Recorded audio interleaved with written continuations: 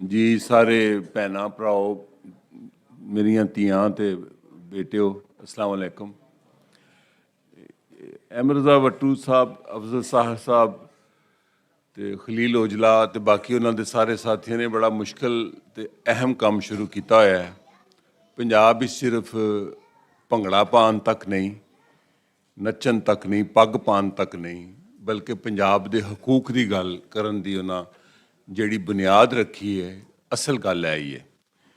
ਔਰ ਜਦੋਂ ਤੁਸੀਂ ਕੋਈ ਕੌਮ ਆਪਣੀ ਤਾਰੀਖ ਨੂੰ ਭੁੱਲ ਜਾਏ ਤੇ ਉਹਦਾ ਕੋਈ ਮੁਸਤਕਬਲ ਵੀ ਨਹੀਂ ਹੁੰਦਾ, ਕਿਉਂਕਿ ਤਾਰੀਖ ਜਿਹੜੀ ਹੈ ਉਹ ਸਬਕ ਦੱਸਦੀ ਹੈ, ਗਲਤੀਆਂ ਔਰ ਖੂਬੀਆਂ, ਔਰ ਉਹਦਾ ਹਾਲ ਵੀ ਕੁਝ ਨਹੀਂ ਹੁੰਦਾ। ਲੇਕਿਨ ਪੰਜਾਬੀ ਕਾਨਫਰੰਸ ਨੇ ਕੁਝ ਅਰਸੇ ਤੋਂ ਆਪਣੀ ਤਾਰੀਖ ਨੂੰ ਖੁਰਚਣ ਕੇ ਜਿਹੜੀ ਉੱਤੇ ਲੰਮਾਬਾਜ਼ੀ ਕੀਤੀ ਗਈ ਸੀ, ਪੰਜਾਬ ਦੇ ਹੀਰੋਜ਼ ਨੂੰ ਜਿਹੜਾ ਮਿਟਾਇਆ ਗਿਆ ਸੀ ਉਹਨੂੰ ਰੀਡਿਸਕਵਰ ਕਰ ਰਹੇ ਨੇ। ਔਰ ਉਹਦੇ 'ਚ ਗੰਗਾ ਰਾਮ ਬਹੁਤ ਵੱਡਾ ਹੀਰੋ ਹੈ ਪੰਜਾਬ ਦਾ। ਉਹਨੇ ਲਾਹੌਰ ਨੂੰ ਜਿਵੇਂ ਬਣਾਇਆ, ਮੇਰਾ ਖਿਆਲ ਅੱਜ ਤੱਕ ਪਿਛਲੇ 150 ਸਾਲ ਵਿੱਚ ਲਾਹੌਰ ਨੂੰ ਇੰਜ ਕਿਸੇ ਨਹੀਂ ਬਣਾਇਆ। ਲਾਹੌਰ ਦੀ ਕੋਈ ਇਮਾਰਤ ਵੇਖ ਲਓ, ਕੋਈ ਬਿਲਡਿੰਗ ਵੇਖ ਲਓ, ਕੋਈ ਸੜਕ ਵੇਖ ਲਓ, ਹੱਤਾ ਕਿ ਜਿਹੜੇ ਉਹਨੇ ਦਰਖਤ ਲਾਏ ਸਰ ਗੰਗਾ ਰਾਮ ਨੇ, ਉੱਤਰ ਪ੍ਰਦੇਸ਼ ਤੋਂ ਉਹਦਾ ਪਿਓ ਆਇਆ ਔਰ ਪੰਜਾਬ ਆ ਕੇ ਆਬਾਦ ਹੋਏ, ਔਰ ਫਿਰ ਉਹਨੇ ਇੱਥੇ ਨਹਿਰੀ ਨਿਜ਼ਾਮ ਬਣਾਇਆ। ਫਿਰ ਨਹਿਰ ਦਾ ਪਾਣੀ ਉਲਟਾ ਮੋਟਰ ਨਾਲ ਚਲਾ ਕੇ ਟਰਬਾਈਨ ਲਾ ਕੇ ਉਲਟਾ ਚਲਾਇਆ, ਕਾਸ਼ਤਕਾਰੀ ਕਰਨ ਦੇ ਔਰ ਫਲ ਦੇ ਨਏ ਨਏ ਪੌਦੇ ਮੁਤਾਰਫ ਕਰਾਏ। ਯਾਨੀ ਕਿ ਉਹਨੇ ਸਿਰਫ ਇੱਟਾਂ ਗਾਰੇ ਤੇ ਸਰੀਏ ਦੀ ਬਿਲਡਿੰਗਾਂ ਨਹੀਂ ਬਣਾਈਆਂ, ਔਰ ਉਹਦੇ ਨਾਲ ਜਿਹੜੇ ਉਹਨੇ ਦਰਖਤ ਲਾਏ, ਇਹ ਜਿਹਨੂੰ ਤੁਸੀਂ ਔਰ ਅਸੀਂ ਲੋਕ ਠੰਡੀ ਸੜਕ ਕਹਿੰਦੇ ਆ, ਮਾਲ ਰੋਡ, ਉਹਦੇ ਸੜਕ ਤੇ ਲੱਗਿਆ ਇੱਕ ਇੱਕ ਦਰਖਤ ਅੱਜ ਵੀ ਗੰਗਾ ਰਾਮ ਦਾ ਹੈ। ਔਰ ਉਸ ਦਰਖਤਾਂ ਵਿੱਚੋਂ ਹੀ ਨਾਸਰ ਬਾਗ ਦੇ ਦਰਖਤ ਨੇ ਜਿਹੜੇ ਕਿ ਹੁਣ ਪੁੱਟਣ ਦੀ ਕੋਸ਼ਿਸ਼ ਕੀਤੀ ਜਾ ਰਹੀ ਹੈ ਕਿ ਉੱਥੇ ਅਮੀਰ ਲੋਕਾਂ ਦੀ ਗੱਡੀਆਂ ਖਲੋਣ, ਪਜੈਰੋ ਤੇ ਪ੍ਰੈਡੋ ਖਲੋਣ। ਤੇ ਅਸੀਂ ਤਾਰੀਖ ਨੂੰ ਖੁਰਚਣ ਵਿੱਚ ਪੰਜਾਬੀ ਕਿਸੇ ਤਰ੍ਹਾਂ ਵੀ ਘੱਟ ਕੰਮ ਨਹੀਂ ਕਰਦੇ। ਪੰਜਾਬ, ਮੈਂ ਹਮੇਸ਼ਾ ਕਹਿ ਰਿਹਾ ਪਿਛਲੇ 15-20 ਸਾਲਾਂ ਤੋਂ ਕਿ ਪੰਜਾਬ ਦੇ ਹਕੂਕ ਸਿੰਧ, ਪਸ਼ਤੂਨਾ, ਬਲੋਚਾਂ ਤੋਂ ਜ਼ਿਆਦਾ ਖੋਏ ਗਏ ਨੇ, ਕਿਉਂਕਿ ਪੰਜਾਬੀ ਜ਼ਿਆਦਾ ਵਿਕਟਮ ਨੇ। ਜਿੰਨੀ ਨਫ਼ਰਤ ਅੱਜ ਪੰਜਾਬ ਦੇ ਖਿਲਾਫ ਫੈਲਾਈ ਜਾ ਰਹੀ ਹੈ, ਉਹਦੀ ਵਜ੍ਹਾ ਹੀ ਹੈ ਕਿ ਅਸੀਂ ਆਪਣੀ ਤਾਰੀਖ ਨੂੰ ਬਿਆਨ ਨਹੀਂ ਕੀਤਾ। ਮਸਲਨ ਸਾਨੂੰ ਇਹ ਨਹੀਂ ਪੜ੍ਹਾਇਆ ਗਿਆ ਸਕੂਲਾਂ 'ਚ, ਜੰਗੇ ਪਲਾਸੀ ਤੇ ਪੜ੍ਹਾਈ ਗਈ, ਸਰੰਗਾਪਟਮ ਵੀ ਪੜ੍ਹਾਈ ਗਈ, ਚੇਲਿਆਂ ਵਾਲੇ ਦੀ ਜੰਗ ਨਹੀਂ ਪੜ੍ਹਾਈ ਗਈ, ਜਿਹਦੇ 'ਚ ਬਰਤਾਨੀਆ ਦੇ ਅੰਗਰੇਜ਼ ਸਾਮਰਾਜ ਨੂੰ ਗੁਜਰਾਤ ਵਿੱਚ ਉਸੇ ਤਕਰੀਬਨ ਮੁਕਾਮ 'ਤੇ ਜਿੱਥੇ ਪੋਰਸ ਨੇ ਸਿਕੰਦਰ ਨੂੰ ਸਖਤ ਵਕਤ ਦਿੱਤਾ, ਉੱਥੇ ਚੇਲਿਆਂ ਵੇਲੇ 'ਚ ਚੀਲੀਆਂ ਵਾਲੇ 'ਚ ਉਹਨੂੰ ਤਕਰੀਬਨ ਸ਼ਿਕਸਤ ਹੋ ਗਈ। ਔਰ ਸਭ ਤੋਂ ਵੱਡੀ ਕੈਜੁਅਲਿਟੀਜ਼ ਜਿਹੜੀਆਂ ਹੋਈਆਂ, ਅੰਗਰੇਜ਼ ਦੇ ਕੋਈ 12-13 ਮਰੇ ਸਨ ਪਲਾਸੀ 'ਚ, ਸਰੰਗਾਪਟਮ ਵਿੱਚ ਟੀਪੂ ਸੁਲਤਾਨ ਅਜ਼ੀਮ ਹੋਏਗਾ। ਲੇਕਿਨ ਇਸ ਖਿੱਤੇ 'ਚ ਜਿਹੜੀ ਆਖਰੀ ਜੰਗ ਲੜੀ ਗਈ 1849 ਵਿੱਚ, ਉਹ ਸਾਡੇ ਕਿਸੇ ਨਾ ਸਕੂਲ 'ਚ ਪੜ੍ਹਾਈ ਜਾਂਦੀ ਹੈ, ਨਾ ਕਿਸੇ ਟੀਵੀ ਐਕਟਰ ਨੂੰ ਪਤਾ ਹੈ, ਨਾ ਟੀਵੀ ਐਂਕਰ ਨੂੰ ਪਤਾ ਹੈ, ਨਾ ਕਾਲਮ ਨਗਾਰ ਨੂੰ ਪਤਾ ਹੈ। ਇਹਨਾਂ ਲੋਕਾਂ ਨੇ ਤਾਰੀਖ ਨਾਲ ਕਿਉਂ ਇੰਜ ਕੀਤਾ? ਪੰਜਾਬ ਦੀ ਤਾਰੀਖ ਗੰਗਾ ਰਾਮ ਦੇ ਹਵਾਲੇ ਨਾਲ ਮੈਂ ਗੱਲ ਕਰਨਾ ਚਾਹੁੰਦਾ ਕਿ ਮੇਰਾ ਇੱਕ ਸਬਜੈਕਟ ਸੀ ਪੀਸ ਸਟੱਡੀਜ਼, ਤੇ ਉਹਦੇ 'ਚ ਮੇਰਾ ਬੋਸਨੀਆ ਸਬਜੈਕਟ ਸੀ ਕਿ ਬੋਸਨੀਆ 'ਚ ਜਿਹੜਾ ਕਤਲੇਆਮ ਹੋਇਆ ਹੈ। ਅੱਛਾ, ਜਦੋਂ ਜੈਨੋਸਾਈਡ ਹੁੰਦਾ ਨਾ, ਨਸਲਕਸ਼ੀ 'ਚ ਔਰਤ, ਜੱਜ, ਵਕੀਲ, ਦਾਨਸ਼ਵਰ, ਸ਼ਾਇਰ, ਅਦੀਬ, ਜਵਾਨ ਮਾਰਦੇ ਨੇ, ਖਾਲੀ ਫੌਜੀ ਨਹੀਂ। ਬੋਸਨੀਅਨਸ ਦੀ ਜਦੋਂ ਨਸਲਕਸ਼ੀ ਹੋਈ ਤੇ ਉਹਨਾਂ ਇਹ ਸਾਰੀ ਚੀਜ਼ਾਂ ਕਤਲ ਕੀਤੀਆਂ, ਮਾਰੀਆਂ, ਔਰਤਾਂ ਮਾਰੇ, ਜੱਜ ਮਾਰੇ। ਮੈਂ ਇੱਕ ਨੁਸਰਤ ਖਾਤੂਨ ਸੀ ਜਿਹੜੀ ਕਿ ਵਾਰ ਕ੍ਰਾਈਮ ਟ੍ਰਿਬਿਊਨਲ ਵਿੱਚ ਉਹਨੂੰ ਪੇਸ਼ ਵੀ ਵਿਟਨੈਸ ਦੇ ਤੌਰ 'ਤੇ ਕੀਤਾ, ਔਰ ਮੈਂ ਉਹਨੂੰ ਮਿਲਣ ਗਿਆ, ਉਹ ਕਹਿੰਦੀ ਸੀ ਮੈਂ ਦੱਸ ਨਹੀਂ ਸਕਦੀ ਸਰਬੀਅਨਸ ਨੇ ਮੇਰੇ ਨਾਲ ਕੀ ਕੀਤਾ, ਕਿਉਂਕਿ ਔਰਤ ਪਹਿਲਾ ਵਿਕਟਮ ਬਣਦੀ ਹੈ, ਫਿਰ ਚੀਜ਼ਾਂ ਬਣਦੀਆਂ ਨੇ। ਤੇ ਉੱਥੇ ਇੱਕ ਲਾਇਬ੍ਰੇਰੀ ਹੈ ਸਰਾਈਏਵੋ ਦੀ, ਜਿਹੜੀ ਕਿ ਮਸ਼ਰਕੀ ਯੂਰਪ ਦੀ ਜਾਂ ਬਲਕਾਨ ਖਿੱਤੇ ਦੀ ਸਭ ਤੋਂ ਵੱਡੀ ਜਾਂ ਅਹਿਮ ਲਾਇਬ੍ਰੇਰੀ ਸੀ। 10 ਲੱਖ ਕਿਤਾਬਾਂ, ਮਖਤੂਤਾਤ, ਮੁਖਤਲਿਫ ਜ਼ਬਾਨਾਂ ਦੀਆਂ, ਮੁਖਤਲਿਫ ਅਦਵਾਰ ਦੀਆਂ, ਆਟੋਮਨ ਦੀਆਂ, ਪ੍ਰੀ ਆਟੋਮਨ, ਉਦੋਂ ਬਾਅਦ ਦੀਆਂ ਕਿਤਾਬਾਂ, ਯੂਗੋਸਲਾਵੀਆ ਜਦੋਂ ਮੁਸਤੈਦ ਹੁੰਦਾ ਸੀ ਉਹਦੇ ਲਿਟਰੇਚਰ। ਮੈਂ ਉਹਦੇ ਕੋਲ ਪੁੱਛਿਆ ਕਿ ਇਹ ਸਰਾਈਏਵੋ ਦੀ ਲਾਇਬ੍ਰੇਰੀ 'ਚ ਕਿ ਇੱਕ ਮੈਨੂੰ ਟਰਾਂਸਲੇਟਰ ਦਿੱਤਾ ਗਿਆ ਸੀ ਪੜ੍ਹਨ ਵਾਸਤੇ, ਮੇਰੀ ਪੜ੍ਹਾਈ ਦਾ ਸੀ ਕੋਰਸ ਸੀ, ਤੇ ਉਹਨੇ ਕਿਹਾ ਕਿ ਇਹ ਜੰਗ ਤੇ ਬੰਦ ਹੋਣ ਤੋਂ ਬਾਅਦ ਅੱਗ ਲੱਗੀ। ਉਦੋਂ ਬਾਅਦ ਮੇਰੇ ਜਿਹੜੇ ਸਿਲੇਬਸ ਵਿੱਚ ਸੀ ਇੱਕ ਟਰਮ ਨਵੀਂ ਆਈ, ਜੈਨੋਸਾਈਡ ਕਹਿੰਦੇ ਨੇ ਨਸਲਕਸ਼ੀ ਨੂੰ। ਇੱਕ ਕਰੂਸ਼ੀਅਨ ਪ੍ਰੋਫੈਸਰ ਨੇ ਇਹ ਇੱਕ ਨਵੀਂ ਟਰਮ ਕੁਆਇਨ ਕੀਤੀ ਹੈ 97 'ਚ, ਮੈਮਰੋਸਾਈਡ ਹੈ ਵੇ ਕਿ ਸਰ ਬੋਸਨੀਅਨਸ ਦੀ ਜਿਹੜਾ ਫਖਰ ਹੈ, ਜਿਹੜਾ ਉਹਦਾ ਗੰਗਾ ਰਾਮ ਹੈ, ਜਿਹੜੀ ਉਹਦੀ ਬਿਲਡਿੰਗ ਹੈ, ਜਿਹੜੀ ਉਹਦੀ ਕਿਤਾਬ ਹੈ, ਜਿਹੜੀ ਉਹਦੀ ਤਾਰੀਖ ਹੈ, ਉਹਦਾ ਪ੍ਰਾਈਡ ਉਹਨੂੰ ਖਤਮ ਕਰ ਦਿਓ।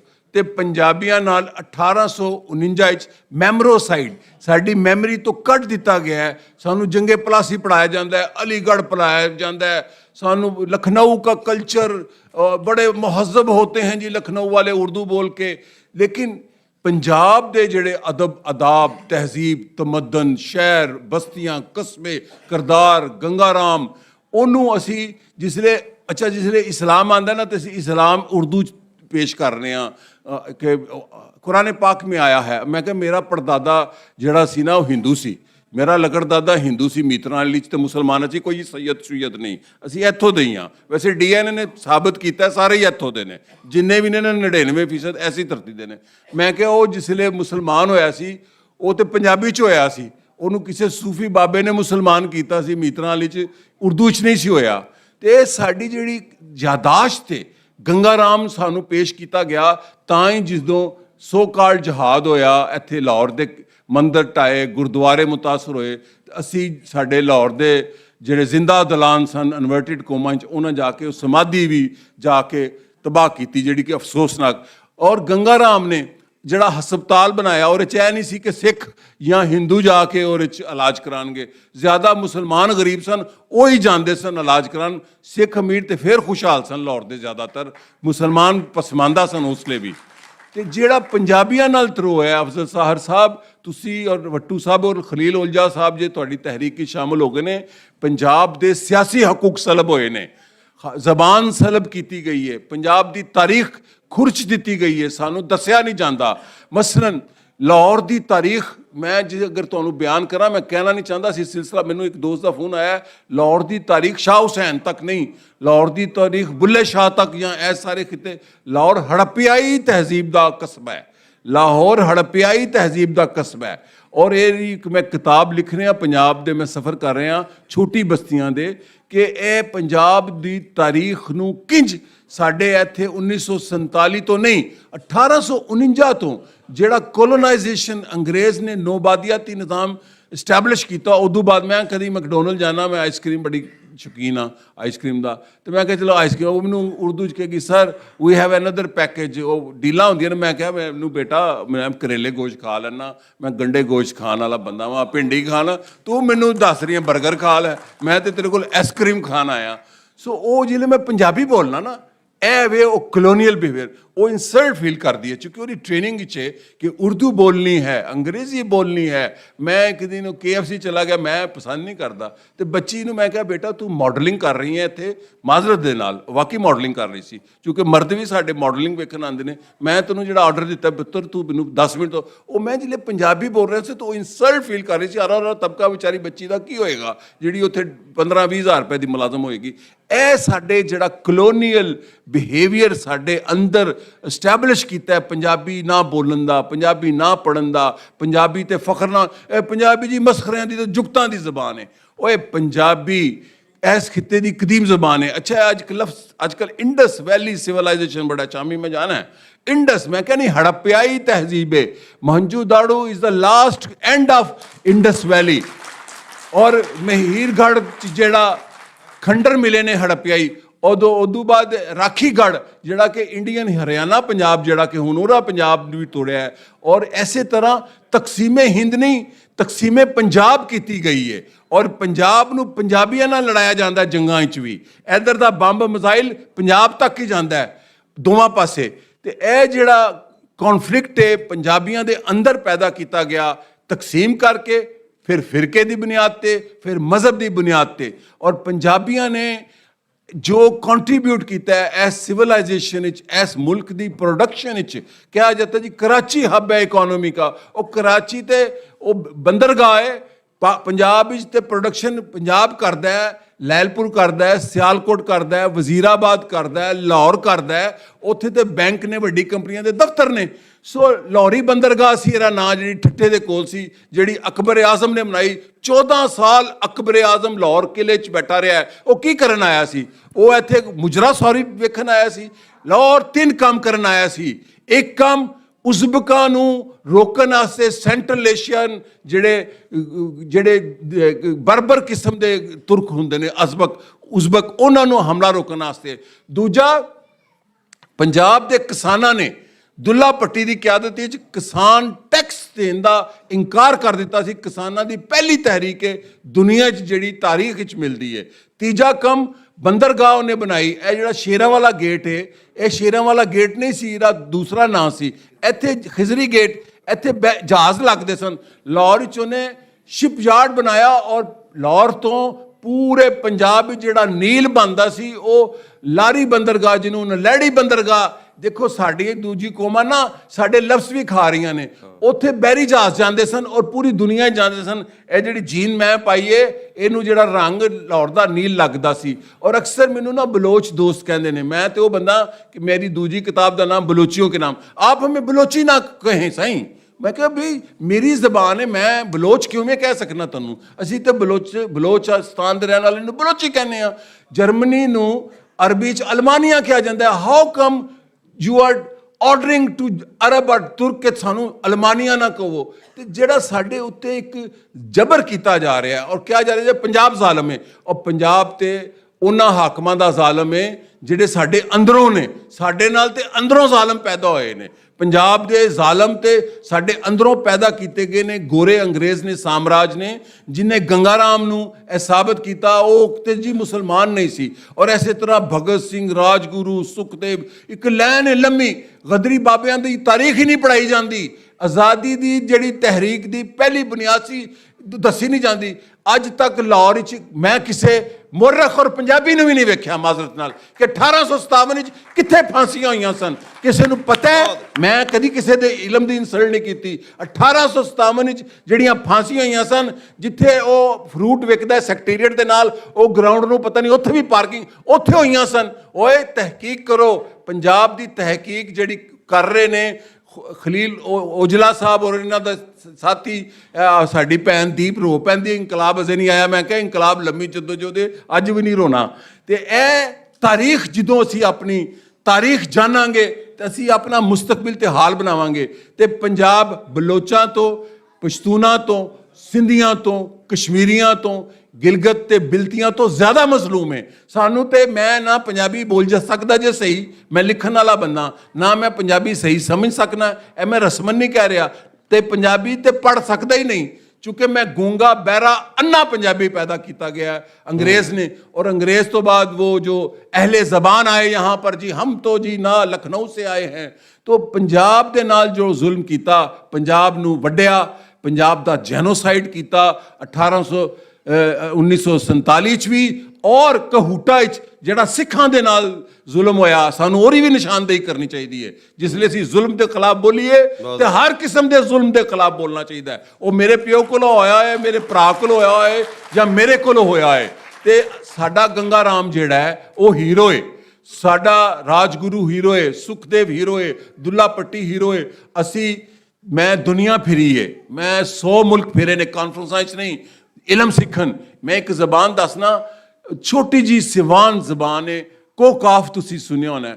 कोकाफ के उतले सिरे च मैं गया, 2 बारी गया। एक किताब की 40,000 बंदा बोलता है, कभी वो रूस खिता होंदा सी, सिर्फ 40,000 सवानैती उन्होंने कहते ने, या सवान जबान कहते, 40,000 जबान नूं महफूज किया है उस जबान नूं।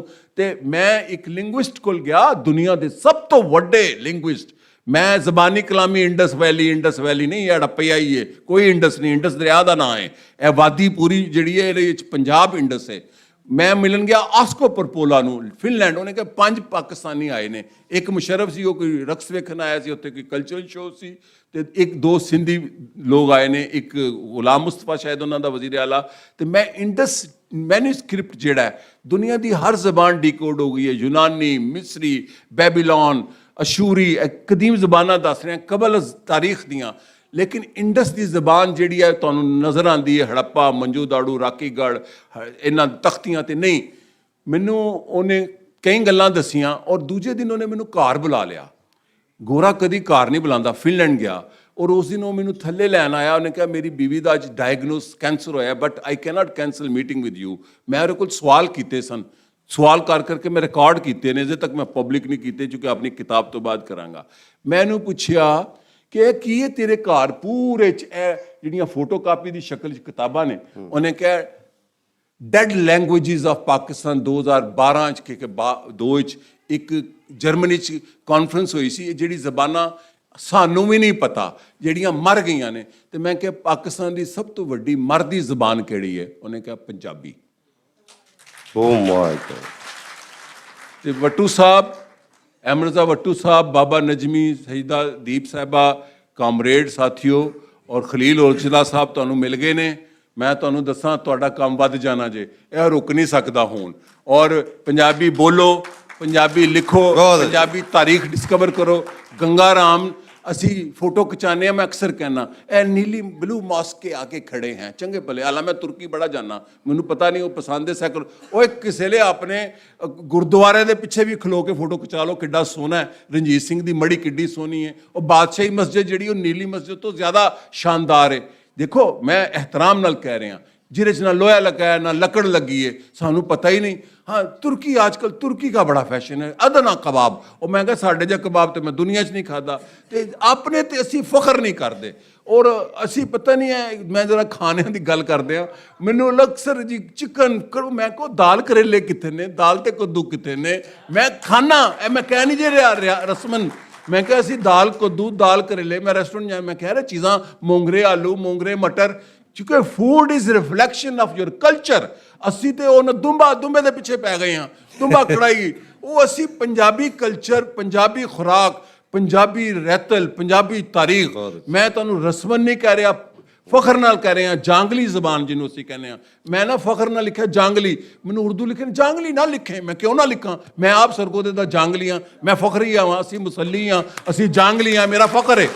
ਮੈਂ ਤੇ ਆਪ ਜਾਂਗਲੀ ਹਾਂ, ਮੈਂ ਮੁਸੱਲੀ ਹਾਂ, ਮੈਂ ਸਰਜ਼ਮੀਨ ਦਾ ਵਾਂ। ਇੱਥੇ ਹੀ ਪੈਦਾ ਹੋਇਆ ਸਾਂ, ਕੋਈ ਅਰਬ ਤੇ ਤੁਰਕ ਤੋਂ ਨਹੀਂ ਸਾਇਆ। ਮੇਰਾ ਗੰਗਾ ਰਾਮ, ਮੇਰਾ ਭਗਤ ਸਿੰਘ, ਮੇਰਾ ਰਾਜਗੁਰੂ, ਮੇਰਾ ਬਾਬਾ ਨਾਨਕ, ਇਹ ਸਾਰੇ ਮੇਰੇ ਹੀਰੋ ਨੇ।